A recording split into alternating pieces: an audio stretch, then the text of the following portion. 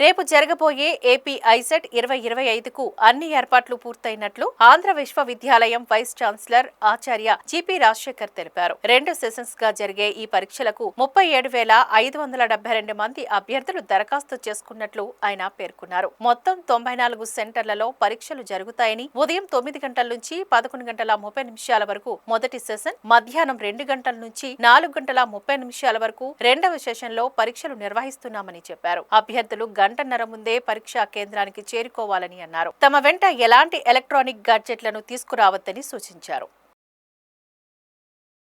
Andhra Pradesh state council for higher education వారి తరపున Andhra university AP ICET 2025 ఈ ఎగ్జామ్ రేపు 2 సెషన్స్లో కండక్ట్ చేయడం జరుగుతోంది. ఈ ఎగ్జామ్కి మనకి అరౌండ్ 37,000 ప్లస్ అప్లికేషన్స్ వచ్చాయి. ఇప్పటివరకు అరౌండ్ 36,000 హాల్ టికెట్స్ డౌన్లోడ్ చేయడం జరిగింది. ఈ అభ్యర్థుల్లో 2 సెషన్స్లో ఎగ్జామ్ రాస్తారు.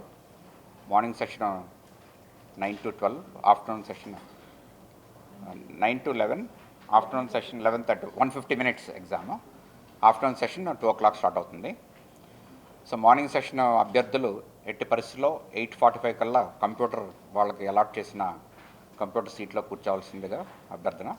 అలాగే ఆఫ్టర్నూన్ సెషన్ వాళ్ళు 1:45 కల్లా కంప్యూటర్ సీట్ దగ్గర కూర్చోవాలి. ఒక్క నిమిషం ఆలస్యం అయినా కూడా ఎగ్జామినేషన్కి ప్రవేశం లేదు. అలాగే ఈ ఎగ్జామ్ హాల్లోకి ఎటువంటి గ్యాడ్జెట్స్ తీసుకెళ్ళచ్చు అలాంటివి ప్రోటోకాల్స్ అన్నీ హాల్ టికెట్ మీద ప్రింట్ చేయడం జరిగింది.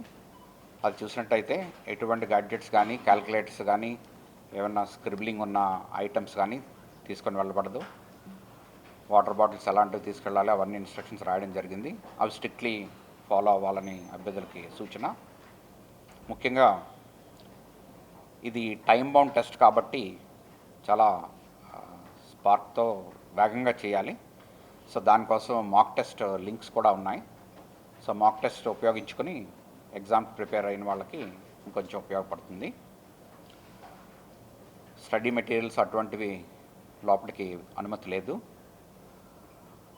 కొంతమంది స్కార్ఫ్స్ ఏమన్నా ఎండ తట్టుకోలేక అవి వాడినా కూడా ఎగ్జామ్ హాల్లోకి వెళ్ళాక అవి తీసేసి నార్మల్ అటైర్తో పరీక్ష రాయవలసిందిగా, లేకపోతే అనుమతి ఉండదు.